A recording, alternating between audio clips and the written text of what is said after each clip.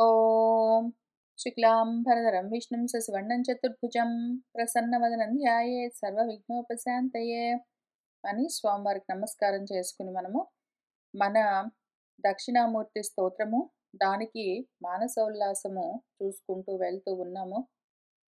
ఏదో ఒక విధంగా ఆ సుసూక్ష్మమైన తత్వాన్ని పట్టుకోవాలి.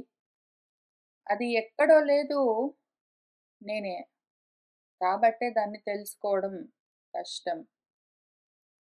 అంతటా ఉన్నది, బయట ప్రపంచం నిండా ఉన్నది, ఎక్కడ పడితే అక్కడ ఉన్నది. అక్కడ తెలుసుకునే ప్రయత్నం ఒక రకంగా చెయ్యొచ్చు. లేదా బయట ఎక్కడో ఎందుకు, నాలోనే ఉన్నది. ఈ దేహం నేను అని అనుకుంటున్నంత వరకు ఈ దేహం లోపల కూడా ఉన్నది. ఇక్కడైనా సరే పట్టుకోవడానికి ట్రై చేద్దాము. ముందు స్థూలంగా బాగా కళ్ళకు తెలిసేది ఏదున్నది అంటే ఈ దేహం. అట్లా స్థూలంగా చూడగానే కనిపించే ఏ దేహం ఉన్నదో అక్కడి నుంచి మొదలుపెట్టి లోపలికి లోపలికి లోపలికి లోపలికి వెళ్తూ అన్నింటికన్నా వెనక, అన్నింటికీ ఆధారమై, అన్నింటినీ దాటి, అన్నింటినీ వ్యాపించి ఇన్ని లక్షణాలతో ఉన్న ఆ నేనేంటో తెలుసుకోవడానికి ప్రయత్నం చేద్దాము. ముందు ఇక్కడి నుంచి అయితే మొదలు పెడతాము. దేహము అన్నమయం కోసం ఆవిశ్య ఆత్మ ప్రకాశతే.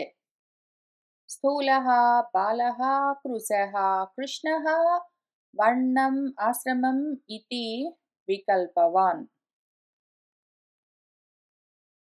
మన ఆత్మ అంటే నేను స్వరూపము. నేనేం చేస్తా అంటే ఈ అన్నమయ కోశమైన ఈ దేహంలోకి ప్రవేశించి ఈ ఆత్మ ఏం చేస్తుంది, అన్నంతో తయారైన కోశము, తోలు తిత్తి ఇది, ఇందులోకి దేహం అని పిలుస్తాం కదా. దేహం అన్నదానికి అర్థం దహ్యతే ఇతి అని, ఏదైతే కాలిపోతూ ఉంటుందో అని అర్థం. దహించుకుని పోతూ ఉన్నది దేహం.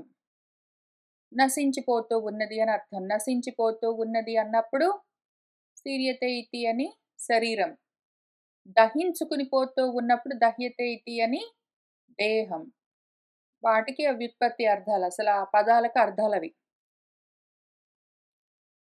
అన్నంతో తయారైంది ఏదైనా సరే దహించుకుని పోతూ ఉంటుంది. అటువంటి కోశం ఒకటి ఉన్నది. అందులోకి ఆవేశించి అంటే, ప్రవేశించి అంటే బయట నుంచి లోపలికి వచ్చింది అనుకుందాం. ఆవేశించి అంటే లోపలంతా వ్యాపించి ఉన్నది. లోపల నుంచే లోపల మొత్తం అంతా ఉన్నదది. ఆ విధంగా ఉండి అదిగో ఈ దేహంలాగా ప్రకాశతే కనిపిస్తూ ఉంటుంది.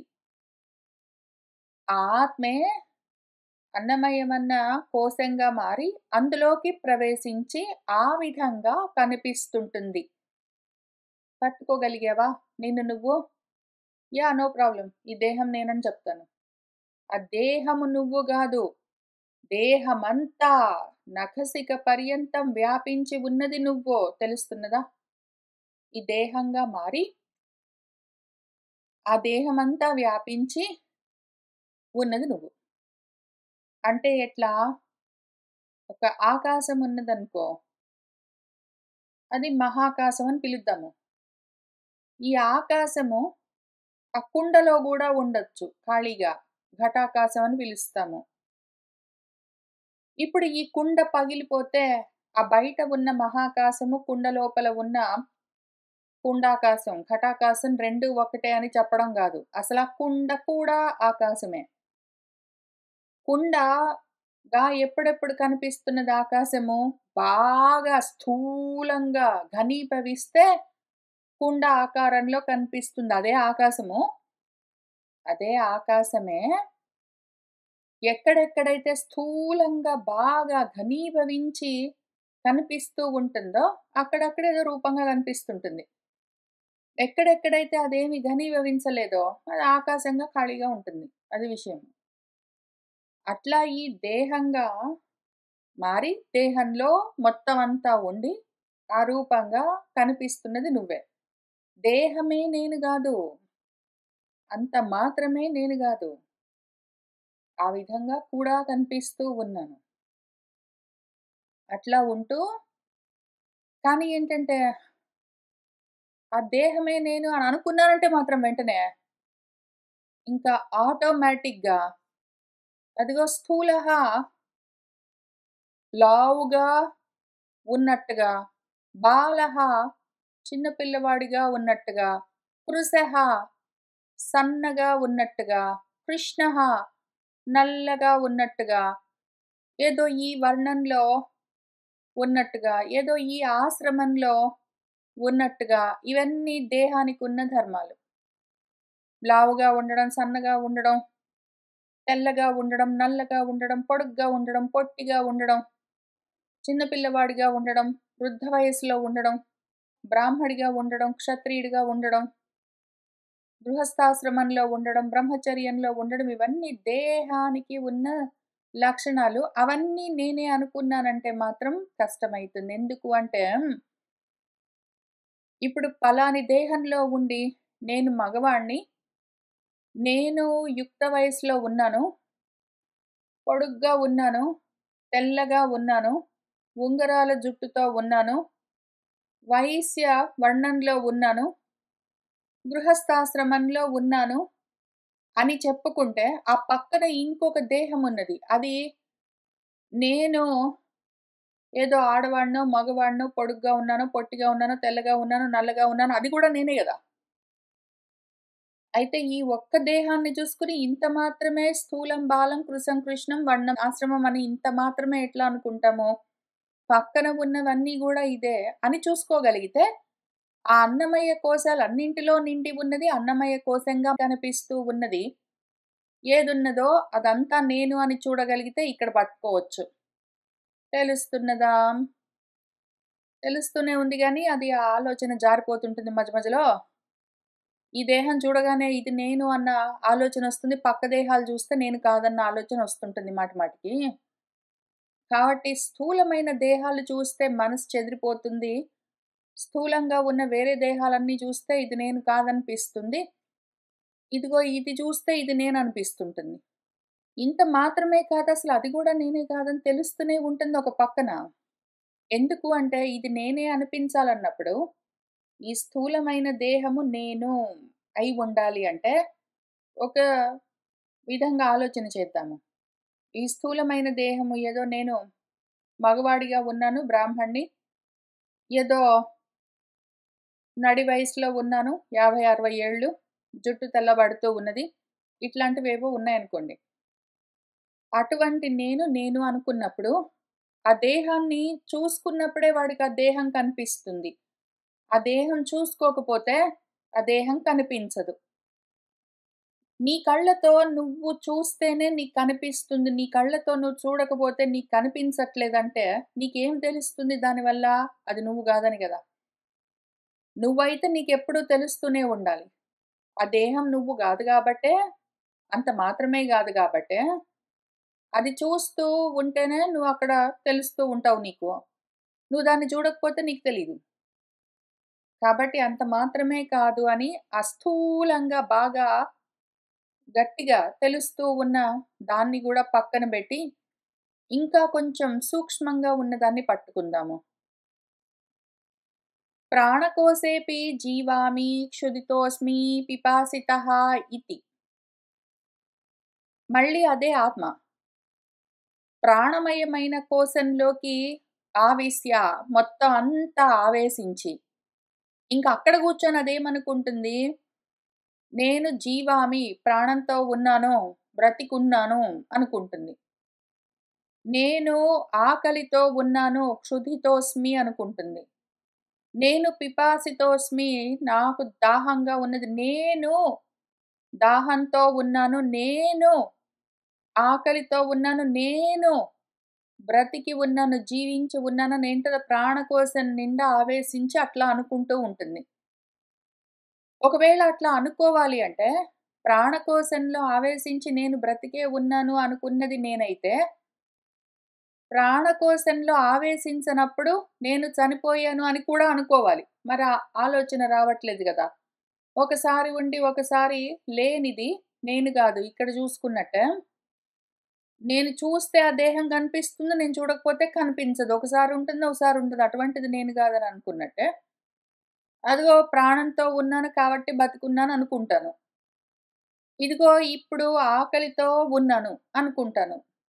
ఆకలి లేకపోతే ఆకలి లేదు అనుకుంటాను. ఒకసారి ఉండి, ఒకసారి లేని భావనతో ఉన్నది నేనా? కాదు గదా! పట్టుకోగలిగితే మంచిదే. ఆకలితో ఉన్నప్పుడు ఉన్నది నేనే. ఆకలితో లేనప్పుడు ఉన్నది నేనే. దాహంతో ఉన్నప్పుడు ఉన్నది నేనే.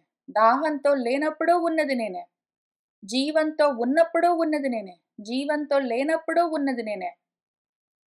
అన్ని స్థితుల్లో ఉన్నది నేను అని ఒకవేళ తెలిస్తే ప్రాణమయ కోశంలో కూడా దాన్ని పట్టుకోవచ్చు.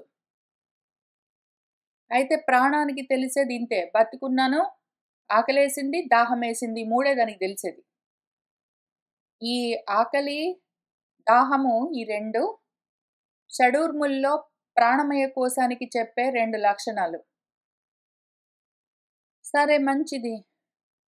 తర్వాత అదే ఆత్మ ఈసారి మనోమయే కోశే ఆవిశ్య మనోమయ కోశంలోకి ప్రవేశించి అందులో ఉండి సంసితః నిశ్చితః మన్యే ఇతి ప్రకాశతే. అదెట్లా ఉంటుందప్పుడు మనోమయ కోశంలో ప్రవర్తిస్తున్నప్పుడు ఆత్మ ఏమనుకుంటుంటుంది? సంసితః ఆహా! నేనిన్ని సంపాదించుకున్నానో అనుకుంటుంటుంది. నిశ్చితః నేనీ నిర్ణయం తీసుకుంటున్నాను. ఇది నిశ్చయంగా నేను అనుకుంటున్నాను అనుకుంటుంటుంది. మన్యే అసలు అనుకుంటున్నాను అనుకుంటున్నది. ప్రతిదానికి ఇది అనుకుంటున్నాను, అది అనుకుంటున్నాను, ఇది చేద్దామనుకుంటున్నాను, అది చూద్దామనుకుంటున్నాను, ఇది సంపాదించాలనుకుంటున్నాను, ఇది సంపాదించాననుకుంటున్నాను అని అనుకుంటున్నాను, అనుకుంటున్నాను, అనుకుంటున్నాను అనేదుంటుందో, ఆ అనుకుంటూ ఉన్నదంతా గూడా ఆత్మే. ఏ అనుకునే ఆలోచన కలిగినా అదంతా ఆత్మే. ఆత్మే ఆ రూపంగా తెలుస్తూ ఉంటుంది అని ఆ విధంగా కూడా పట్టుకోవచ్చు. కానీ ఏంటంటే ఆలోచన మారిపోతూ, మారిపోతూ ఉంటే ఆ ఆలోచనను పట్టుకుని వెళ్ళిపోతాం గానీ, ఆ ఆలోచనగా ఉన్న నన్ను పట్టుకుని ఉండిపోవడం రావట్లేదు మనకి. మనమే మనసుగా, మనసులోని ఎన్నో ఆలోచనలుగా ప్రతి ఆలోచన నా స్వరూపమే. ఆ రకంగా పట్టుకోగలిగితే మంచిదే. కానీ ఏమైతుంది? ఏదైనా ఒక ఆలోచన కలిగితే, ఆ ఆలోచన మీద మనసుంటుంది గానీ, ఆ ఆలోచన నేను గదా! అన్న భావన మీద నిలబడి ఉండడం కుదరదు అంత వెంటనే. కాబట్టి అక్కడ గూడా మనం తెలుసుకోవడం కష్టం. ఇంకొక రకంగా ఇంకా లోపలికి వెళ్లి చూద్దాము. విజ్ఞానమయ కోశస్థః విజానామి ఇతి తిష్టతి. అదే ఆత్మ విజ్ఞానమయ కోశంలోకి ఆవేశించి స్థః అందులో ఉండి తిష్టతి ఉంటుంది. ఎట్లా? విజానామి తెలుసుకున్నాను అంటుంది. ఇక్కడ అనుకుంటున్నాను, ఆలోచిస్తున్నానన్నవన్నీ మనసు చేసే మనసుగా ఆత్మ ప్రవృత్తులు. లేదా మనోమయంగా దాటి అది విజ్ఞానమయంగా ఉన్నది అంటే, తెలుసుకున్నాను, తెలుసుకుంటున్నాను అంటుంది. అట్లా ఉంటుంది. అయితే మనం ఏం చేస్తామంటే, ఆ తెలుసుకున్నానేదున్నదో, ఆ తెలుసుకున్న వస్తువు మీద ఇదిగో ఈ మానసోల్లాసంలో ఈ పద్యానికి అర్థం తెలుసుకున్నానన్నప్పుడు పద్యం మీద ఉంటుంది మనకు ఆలోచన.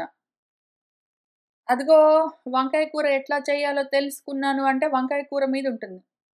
ఈ కంప్యూటర్ ఎట్లా వాడాలి అని తెలుసుకున్నాను అంటే కంప్యూటర్ మీదుంటుంది. తెలుసుకున్న అప్లికేషన్, ప్రోగ్రామ్ మీద ఉంటుంది మనసు లేదా బుద్ధి. అంతేగాని ఆ తెలుసుకుంటూ ఉన్నది, తెలిసింది అన్నది నేను. వంకాయ కూరని తెలుసుకున్నదెవరు? కంప్యూటర్ ఉపయోగించడం తెలుసుకున్నదెవరు? ఈ పద్యానికి అర్థం తెలుసుకున్నదెవరు? అని ఆ తెలుసుకునే దానిపైన మనసు నిలబడితే అక్కడైనా పట్టుకోవచ్చు మనల్ని మనము. ఇది తెలిసింది అని అంటున్నదెవరు? అది నేను. ఆ తెలుస్తూ ఉన్న వస్తువు జ్ఞేయము. తెలుసుకున్నాను అన్నది నేనెవరున్నదో అది జ్ఞానము. నేనేమి తెలుసుకుంటున్నానో అది జ్ఞేయము. వంకాయ కూర ఎట్లా చెయ్యాలి అని తెలుసుకుంటున్న నేను జ్ఞానస్వరూపము ఆత్మ. అయితే ఆ వంకాయ కూర నేను తెలుసుకుంటూ ఉన్న విషయము. అది జ్ఞేయ వస్తువు. అట్లానే కంప్యూటర్ ఎట్లా వాడాలి అని తెలుసుకుంటూ ఉన్న నేను జ్ఞానస్వరూపం ఆత్మ. అయితే కంప్యూటరు అన్నది జ్ఞేయము.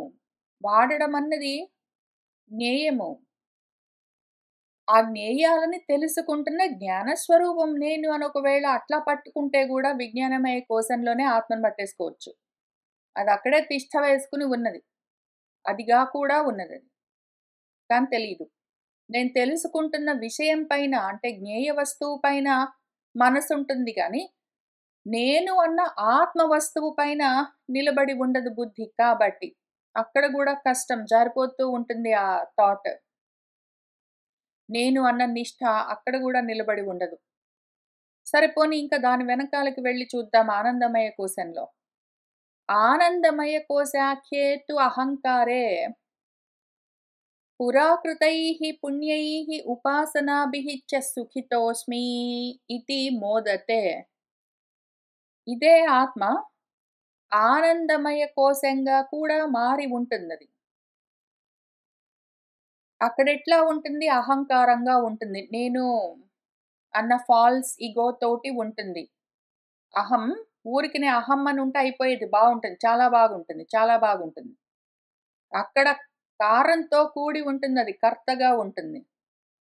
ఎందుకు అంటే పురాకృతమైన ఇంతకుముందు నేను పలానా పని చేశానండి. మంచి పని ఏదో చేసే ఉంటాను. అందుకని నాకు ఇంత మంచి స్థితి ఉన్నదండి. అదిగో ఇంత సుఖంగా ఉన్నానంటే నేనేవో పుణ్యకర్మలు చేసుకునే ఉంటానండి. అదిగో దేవుడికి పూజలన్నీ చేశాను. దేవుడు నా మీద దయ చూపించాడు.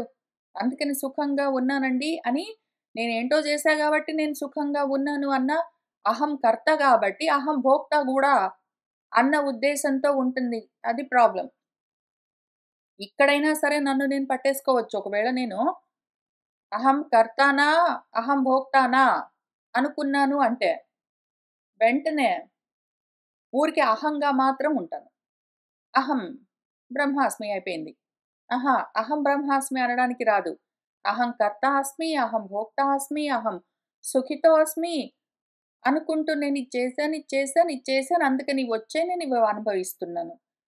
అనుకుంటూ మోదతే ఆనందిస్తూ ఉంటుంది. అదే ఆత్మ పాపం. అదే స్వరూపము ఈ రూపంగా గూడా ఉండి ఏదో ఆనందిస్తూ ఉంటుంది. ఇప్పుడు ఇక్కడ కూడా పట్టుకోవడం ఈజీనే. కానీ కారంతోటి గాదు.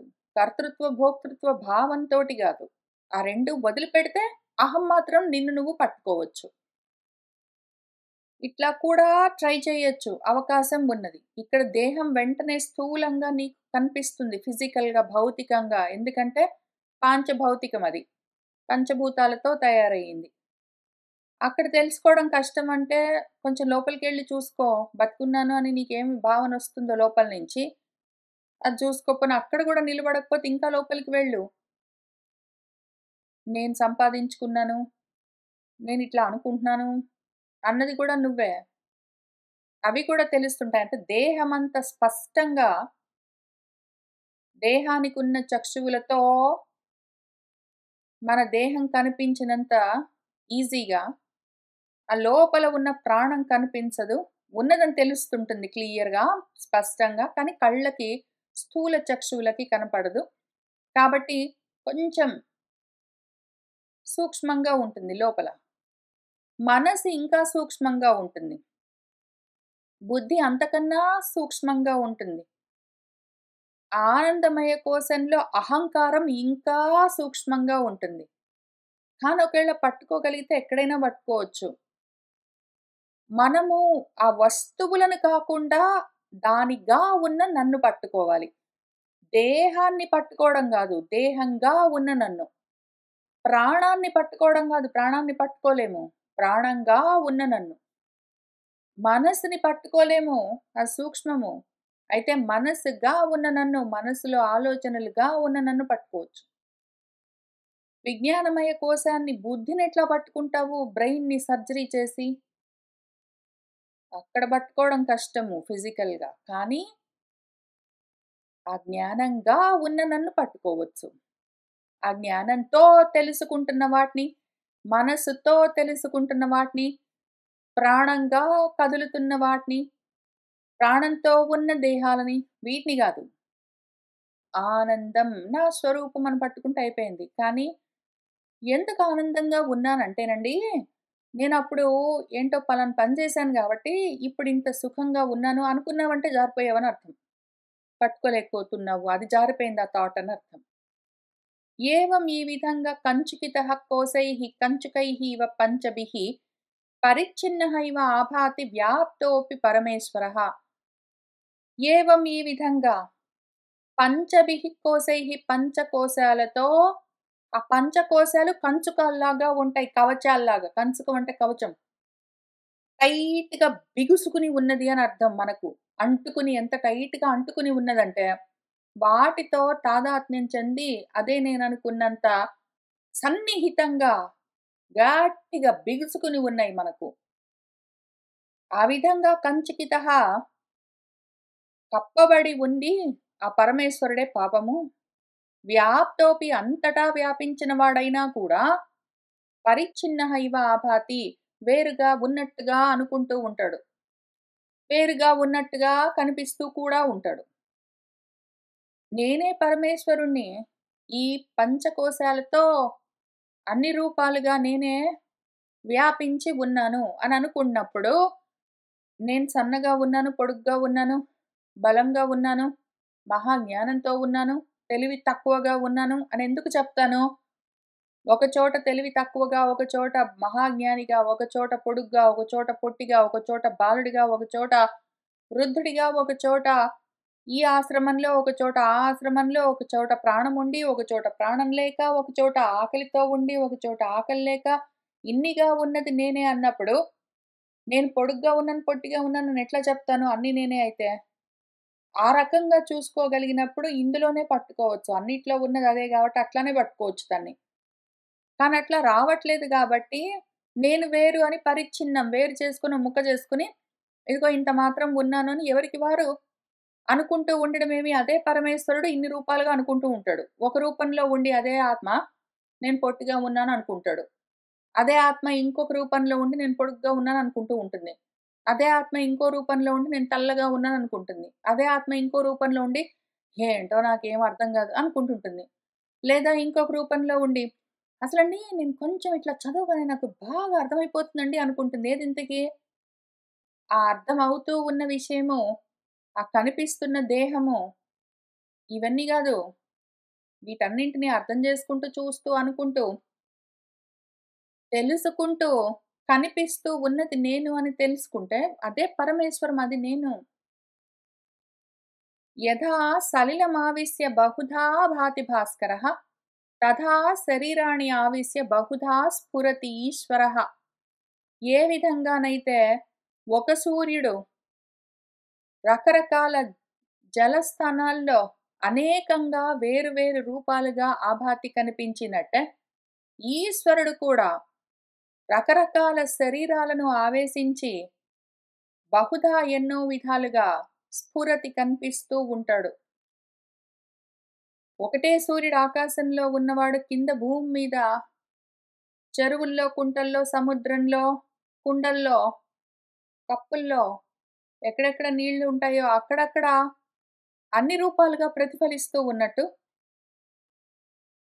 ఆ ఒక్క పరమేశ్వరుడే ఇన్ని రూపాల్లో నుంచి తెలుస్తూ ఉంటాడు. దాన్నట్లా పట్టుకున్నామంటే పట్టుకోవచ్చసలు ఈజీ. కానీ ఏంటంటే రూపం చూడగానే మనసు అక్కడే ఆగిపోతుంది రూపం దగ్గర. ఆ రూపానికి ఉన్న నామం దగ్గర. ఆ రూపానికి ఉన్న గుణాల దగ్గర. ఆ రూపాలు చేసే కర్మల దగ్గర. కర్మల వల్ల కలిగే కార్యాల దగ్గర.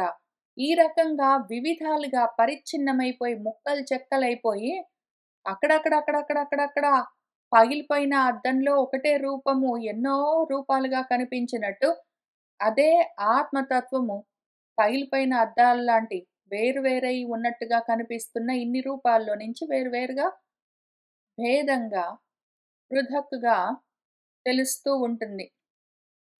స్ఫురిస్తూ ఉంటుంది. ఇప్పుడు దీన్ని ఇట్లా గూడా కనుక్కోవడం కష్టం మరి. అది నువ్వేరా తత్వం అని చెప్తే అర్థమయిందా అంటే కష్టంగా ఉంది. పోనీ అదేదో ఉన్నది ఆత్మ ఇక్కడ నువ్వనుకుంటున్నావు గదా! ఇది 2 లేవు ఒకటే అంటే అది తెలుసుకోవడం కష్టం అనిపిస్తే, పోనీ పరమాత్మ అక్కడ ఉన్నది ఎక్కడో ఉన్నది, ఇదిగో ఇక్కడ ఎదురుగా ఉన్నది నువ్వు, అది ఇది 2 ఒకటే అని పరమాత్మను, ఆత్మను 2 ఒకటే అని చెప్తే తెలియట్లేదు గాబట్టి నెక్స్ట్ ఆప్షన్ జగత్తుని చూసుకో పోనీ అది గూడా నువ్వే. జీవాత్మ, పరమాత్మ ఐక్యం సరే చూద్దాము. ముందసలు జగత్తని వేరుగా ఉందనుకుంటున్నావు. అది గూడా వేరుగా లేదు నువ్వే.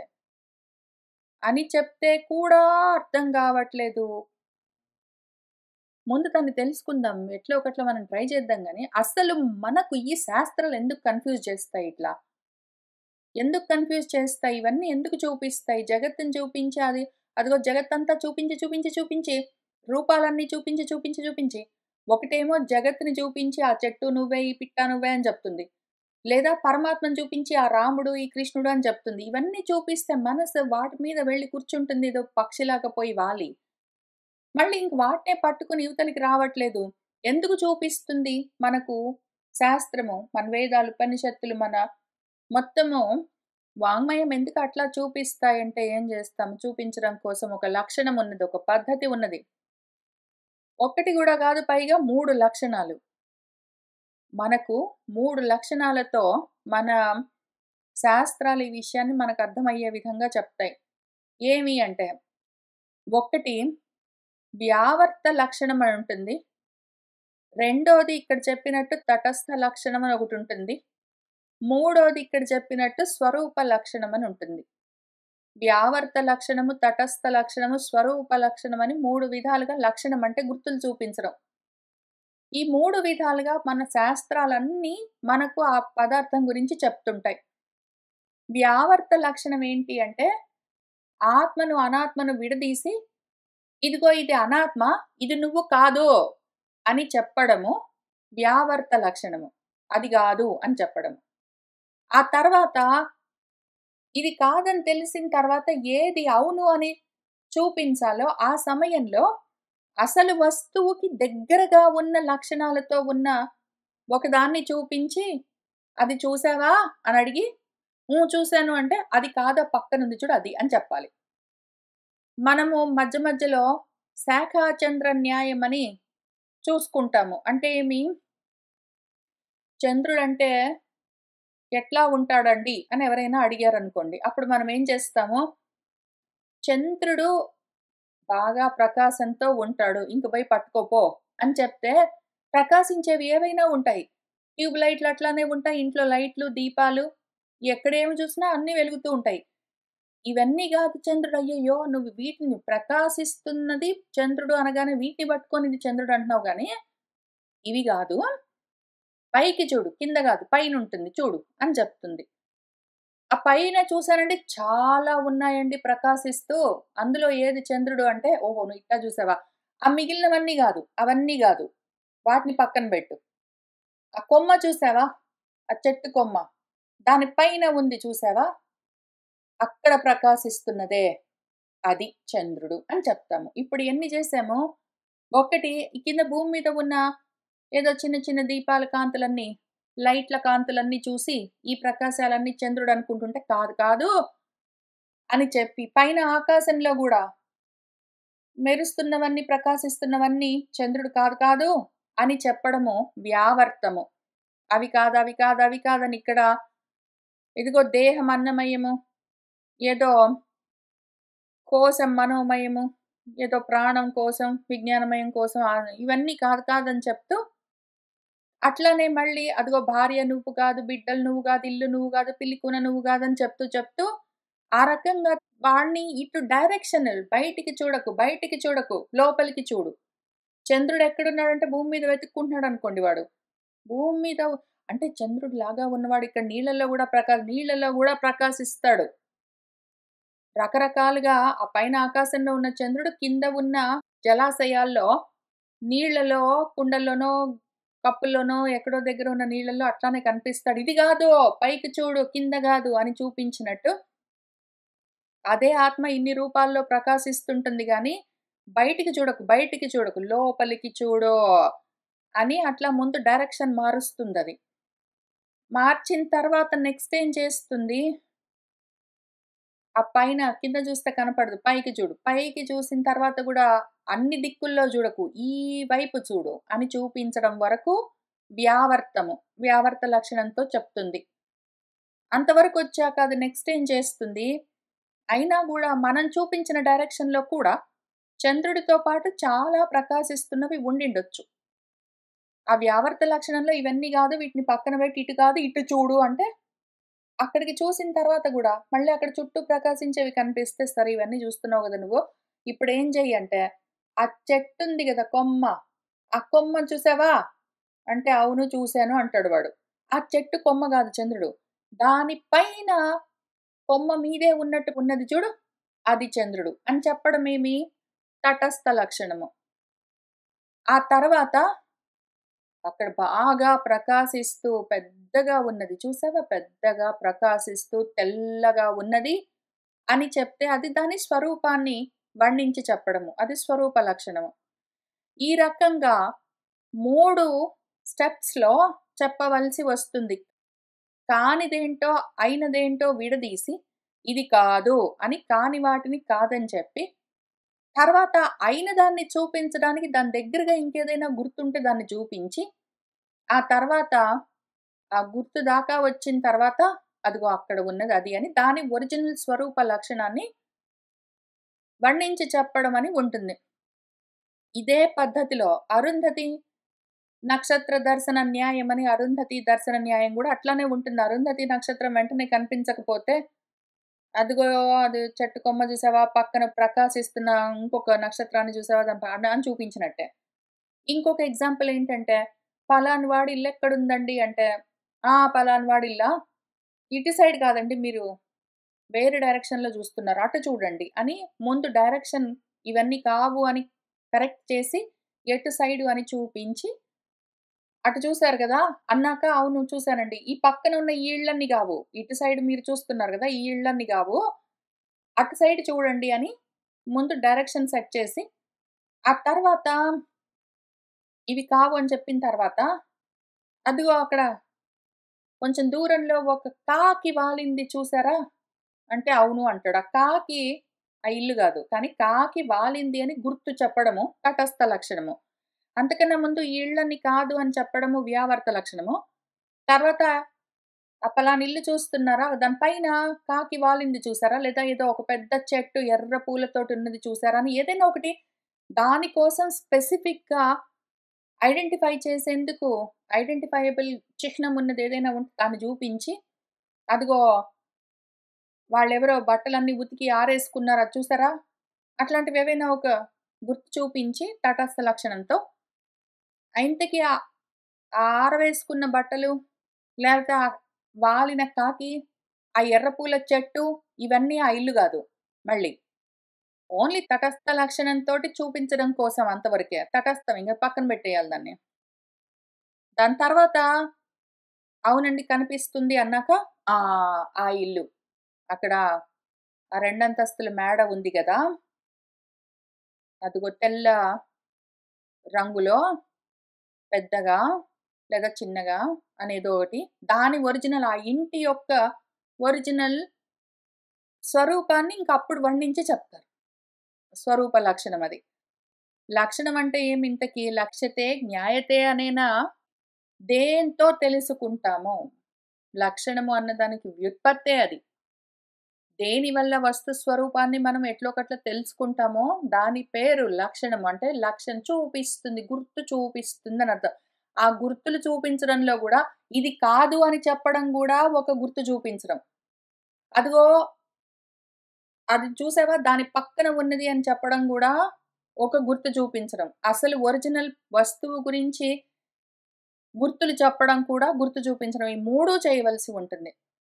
ఇది మనకి ఎక్కడెక్కడ కనిపిస్తుంది ఏమి అన్న విషయము ఇంకా కొన్ని ఎగ్జాంపుల్స్‌తో మన శాస్త్రం మనకి ఎక్కడెక్కడ ఈ విధంగా నేర్పిస్తూ ఉంటుంది అని ఎగ్జాంపుల్స్ చూసుకుంటూ, వచ్చే వారం మళ్ళీ ఇంక కొంచెం ఆలోచన చేసుకుంటూ, విచారణ చేసుకుంటూ వెళ్దాం. ఇవాల్టికి ఇక్కడికి ఆపుతున్నాను. సర్వం శ్రీకృష్ణ పరబ్రహ్మ పాదారవిందార్పణమస్తు.